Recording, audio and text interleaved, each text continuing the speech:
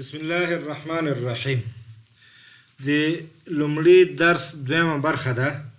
په دې کې اندازه ګیري وایو. د دې درس موخې او متوقع پایلې هغه موخه د فزیک اهمیت او ماهیت څېړل دي. کلم چې دا اووي د تاسې نه بیا دا توقع کېږي چې د فزیک زده کړې په اهمیت او د کار کولو په طریقه باندې پوه شئ. دویمه موخه اندازه ګیري ده. کلم چې اندازه ګیري ولوسته د تاسې نه توقع کېږي چې فزیکي کمیتونه وپېژنئ او د هغې اړوند واحدونه همدارنګه نړیوال سیستم وپېژنئ. دریمه موخه د دې درس اساسي واحدونه پیژندل دي. کلم چې اساسي واحدونه وپېژندل د تاسو نه توقع دا کېږي چې د واحدونو نړیوال سیستم وپېژنئ.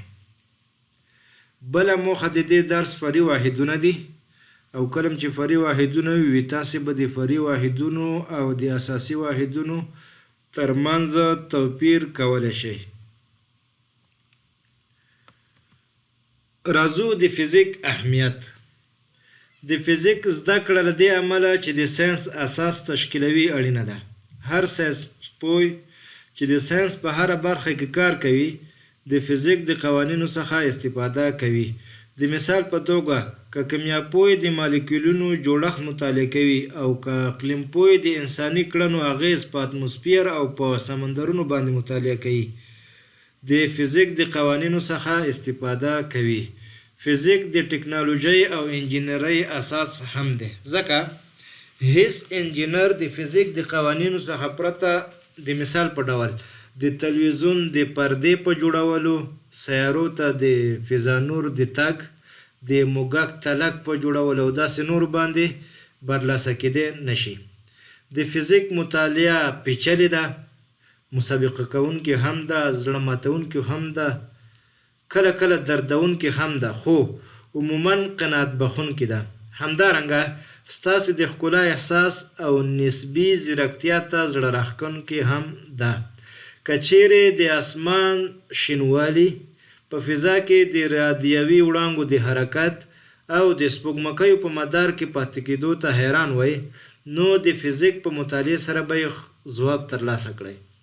تر ټولو پورته وبګورئ چې فزیک په نړۍ پیژندلو کې د انساني عقل تر ټولو لوړه لاسته راوړنه ده. د فزیک ماهیت. د فزیک ماهیت کیفي او تشریحي برسېره کمی هم دی.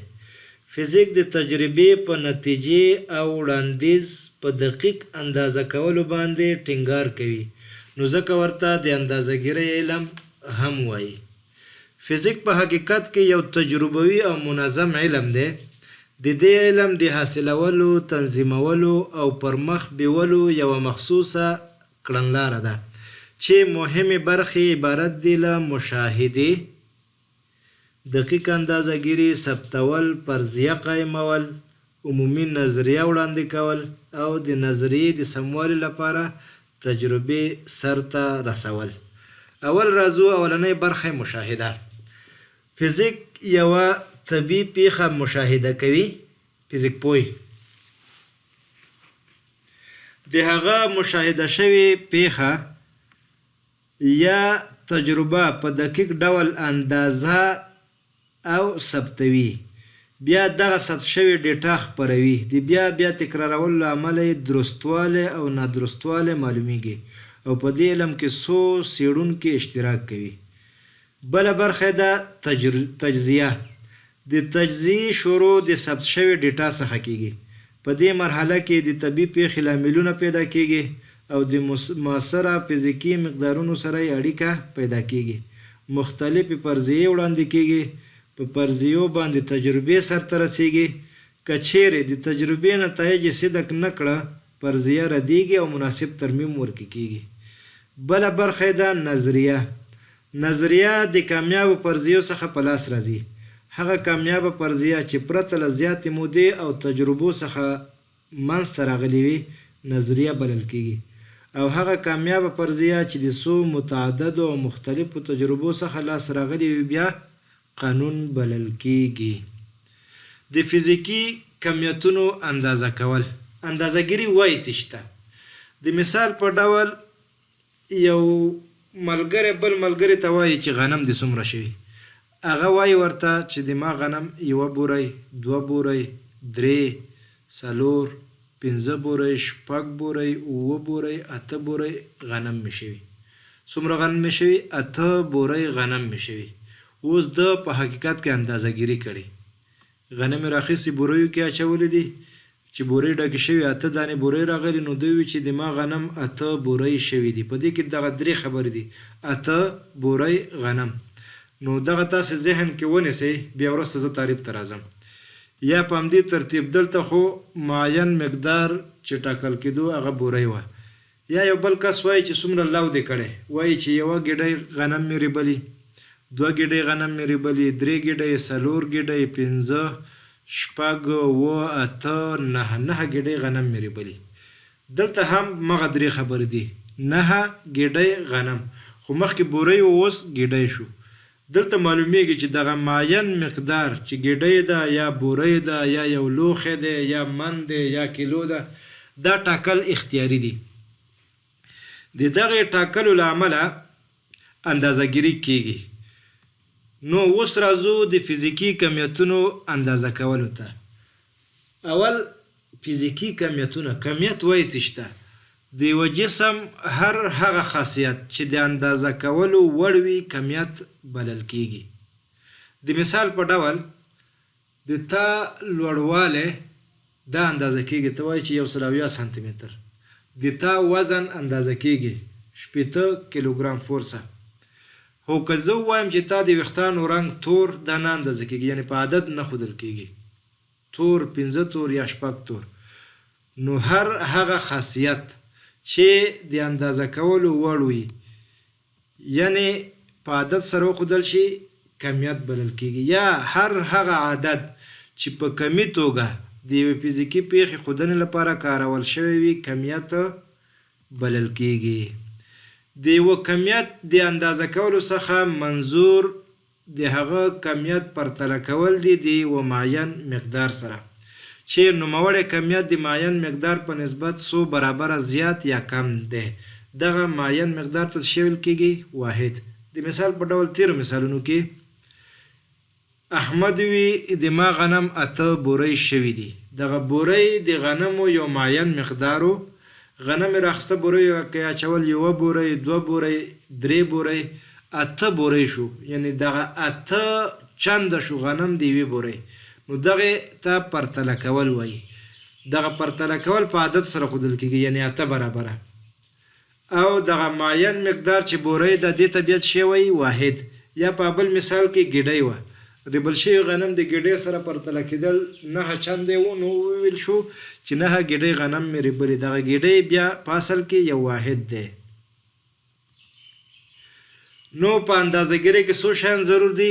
معین مقدار ټاکل. د مثال په ډول ته شودې یا پی اخلي او د کور والا نه اخلي، تله نه لري، هغه په پیاله سره شودې یا پی درکوي، درته وایي په یوه پیاله شودې یا پی په 20 روپۍ دي، نو تا 3 روپۍ ورکوي، 4 پیالې شودې درکوي. اوس دغه یوه پیاله اندازه دا معین مقدار دی، دا اوس په حقیقت کې یو واحد دی. بیا شودې یا پی د پیالې سره پرتله کیږي، که 4 چنده شوي وایي 4 پیالې پی، او که 8 چنده شوي وایي 8 پیالې پی.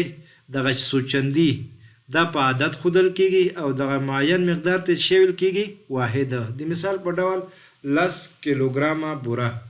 اوس بوره راخیستل شوې ده، د بورې کمیت معین مقدار د کتلې هغه کیلوګرام راخیستل شوی، بیا بوره د کیلوګرام سره پرتله شوی، نو بوره د 1 کیلوګرام 10 چنده وه، نو دې ته وایي اندازهګیري. دغه 10 چې عدد ښیي دا څو چندي ښیي، او دا کیلوګرام واحد دی یا معین مقدار دی، او بوره کمیت دی چې اندازه شوی دی. یو څو نورې بیلګې د مثال په ډول 6 کیلوګرامه بوره. بوره د کیلوګرام 6 چنده ده، 12 متره رسۍ رسۍ د 1 متر 12 چنده ده. نعمان 173 سانتي متر لوړ دی. د نعمان لوړوالی د سانتي متر 173 چنده یا برابره ده. 12 متر مربع قالینه. قالینه د 1 متر مربع 12 چنده ده. 4 ګیلاسه اوبه. اوبه د 1 ګیلاس 4 برابره دي. 98 فارنهایټ د تودوخې درجه. دغه د تودوخې درجه د 1 درجې فارنهایټ 98 چنده ده. نو وایو 98 فارنهایټ د تودوخې درجه. نو پوه شو چې په اندازهګیرۍ کې درې شیان اړین دي. عدد چې څو چندي ښیي، واحد چې هر واحد وي، سیکنډ وي، کیلوګرام وي، متر وي، او د کمیت نوم. اوس راځو کلم چې اندازهګیري وپېژندله، مشکل چیرته پیښ شو. دغه ټولنې د یو بل سره چې اړیکې پیدا کېدې، نو بیا به تجار د یوې ټولنې نه تلو بلې ټولنې ته. هلته به چې شی اخیستو د هغوی په دغه معین مقدار یا واحدونو باندې به نه پوهېدو. د مثال په ډول چیرته به غنم په بورۍ وو، بیا به بورۍ یا غټه وي یا وړې، یا به غنم خرڅېده په لوښو باندې. یو لوښی غنم په دومره مقابل پیسو یا بل څه کې. نو دغه تجار چې د یو بل ځای نه به راغلی و، د ده د معین مقدار به نه پېژندو، نه به پوهېدو چې ماته به دا شی ګټه وکړي او که نه. نو ضرورت د دې پېښ شو چې نړیوال کینی او یو سټنډر واحدونه وټاکي، تر څو دغه تجاران خپل منځ کې سره راکړه ورکړه وکړي او د یو بل واحدونه وپېژني. په نړۍ کې تر 19مې پېړۍ پورې د واحدونو کوم مشترک سیستم وجود نه درلودو. انګلیسیانو EPS سیستم استعمالولو او په فرانسه کې MKS سیستم استعمالیدو. همدارنګه په نورو مملکتونو یا هیوادونو کې د نورو مروجه واحدونو څخه کار اخیستل کېدو. د تجارت او صنعت د پراختیا له امله په نړۍ کې د یو واحد سیستم ضرورت احساسېدو چې له امله یې په 1815 کال کې د اندازهګیرۍ بین المللي اداره منځته راغله او په 19شپېتم زېږدیز کال کې د اندازهګیرۍ د واحدونو په یو واحد سیستم سره متفق شول چې دغې ته بین المللي سیستم هم ویل کېږي او په ټوله نړۍ کې د استعمال وړ دی. نوموړي سیستم اهمیت دا دی چې په ټوله نړۍ کې استعمالیږي، حسابي عملیې ورباندې اسانه اجرا کېږي او د اجزا او اعضا په د لاس په توان سره ښودل کېږي. دغه نړیوال سیستم کې دغه 2 واحدونو باندې متفق شو او دا ویې منل. 1 کیلوګرام ومنل شو، کنډیله یا شمع، فارنهایټ د حرارت د تودوخې درجې دپاره کالوین، د اوږدوالي دپاره متر او د وخت دپاره ثانیه یا سیکنډ، د برقي جریان دپاره امپیر او د مادې مقدار دپاره په مول باندې دوی متفق شو او سره خپل منځ کې تعریف کړه، ویې منل. دغه 2 واحدونو ته اساسي واحدونه وایي. دوی په تعریف کې د نورو واحدونو څخه استفاده نه ده شوې بلکې منل شوي. راځو کیلوګرام. 1 کیلوګرام د 1 لیټر خالص اوبو کتله ده چې د حرارت درجه 4 سانتي ګراده وي. دغه د حرارت درجه اړینه ده ځکه اوبه بیا انقباض او انبساط کوي. بل واحد د کنډیله یا شمع. 1 کنډیله د هغې روښنایي له شدت څخه عبارت ده چې که چیرې له یوې منبع څخه یو رنګه وړانګه په یو معین لوري باندې د 540 ضرب لس په توان د 1200 هرزو فریکونسۍ سره خپره شي او په نوموړي لوري باندې د 1/683 واټ پر سټیر رادیان د تشعشع شدت رامنځته کړي. امپیر. 1 امپیر هغه ثابت برېښنایي جریان دی چې په 2 بېنهایته اوږدو هادي سیمانو کې چې په خلا کې د 1 متر په فاصله یو له بله لرې واقع وي او مقطع یې ډېره کوچنۍ وي، د پام وړ نه وي، جاري وي او د سیمانو ترمنځ په هر متر کې 2 ضرب لس په توان -7 نیوټنه قوه رامنځته کړي او دا واحد په 1901 زېږدیز کال کې تعریف شو. مول په یو سیستم کې 1 مول د موادو هغه مقدار دی چې د لومړنیو ذرو شمیر یې د 0.02 کیلوګرام C12 اتومونو د شمیر سره برابر وي چې هغه خپله د اوږدرو عدد د پاس په دې شکل کې ښکاري یعنی چې د لومړنیو ذرو شمیر یې څومره وي 0.0220 ضرب لاس په توان دي 20 برابر وي دومره ذرې ولري لومړنۍ ذرې که هغه اتومونه وي مالیکولونه وي که هر شی وي او دا خپله د اوږدرو عدد دی بل واحد چې دی هغه کالوین دی یا د تودوخې د درجې دپاره واحد چې ټاکل شوی هغه کالوین دی یو کالوین د ترموډینامیکي حرارت د درجې واحد دی د کالوین درجه د اوبو د درې ګونې ترموډینامیکي تودوخې د درجې په اساس له 293.14 برخو څخه یوه ده ترموډینامیکي د تودوخې درجه هغه درجه ده چې په هغې کې د اوبو درې واړه فازونه شتون لري که ژوند دا به وروسته صحیح تشریح شي یو متر د اوږدوالي واحد دی دا په اوله کې چې تعریف شو د نصف النهار 40 میلیونمې برخې ته یو متر وایي دغه نصف النهار په ځینو کتابو کې کلی راخلي چې د ځمکې نه ټول دوران وکړي ځینې نیم راخلي یعنی د شمالي قطب نه تر جنوبي قطبه پورې 20 میلیونمه او یا د استوا نه تر قطبه پورې 10 میلیونمه برخه ټول سره مساوي راځي خو ډیر دقیق نه دی بل تعریف یو متر د نور د سرعت نه تعریف شوی دی یا د نور په یو سکند کې یا په یو ثانیه کې 299.458 متر فاصله توی کوي او دا ثابت دی که چېرته موږ همدغه په یو باندې وویشو یعنی 1/299.458 د ثانیې په دومره برخه کې چې لمر څومره فاصله توی کوي هغه یو متر بلل کیږي بل د کرپتون د ایزوتوپ د نارنجي تیپ د 14.933 یا تلوموجین اوږدوالي ته یو متر وایي دا هم ډیر دقیق دی ثانیه د منځنۍ لمریزې شپې او ورځې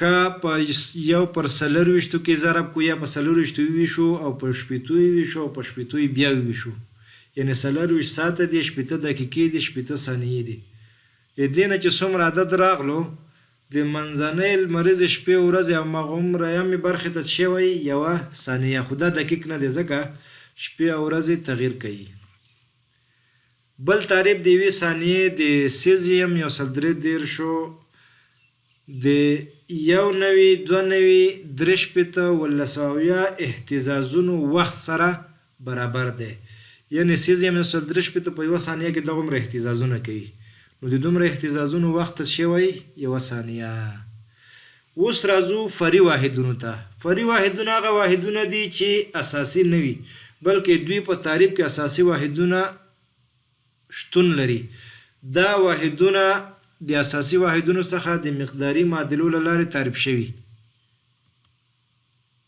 لکه نیوټن اوس نیوټن خپله یو واحد نه دی چې چا تعریف کړی بلکې دا د ریاضیکي معادلو څخه د اساسي واحدونو نه رامنځته شوی د په منځ کې کیلوګرام دی متر دی او ثانیه ده چې دا خپل اساسي واحدونه دي بل مثال هرتز دی چې د په تعریف کې سکند دی بل پاسکال دی نیوټن پر متر مربع یا کیلوګرام متر بر سکند مربع متر مربع پاسکال فري واحد دی ځکه د په تعریف کې اساسي واحدونه استعمال شوي نو اساسي واحدونه هغه دي چې منل شوي دي او هغه ودانې دي بس او که چېرته د ریاضیکي معادلو څخه نور واحدونه راغلي وي او په هغوی کې اساسي واحدونه ذکر وي دغه ته فري واحد وایي د مثال په ډول سرعت ته د سرعت واحد متر بر سکند دی نو متر بر سکند فري واحد دی د مساحت واحد متر مربع دی نو متر مربع فري واحد دی ځکه په دې کې متر او متر استعمال دی حجم دی متر مکعب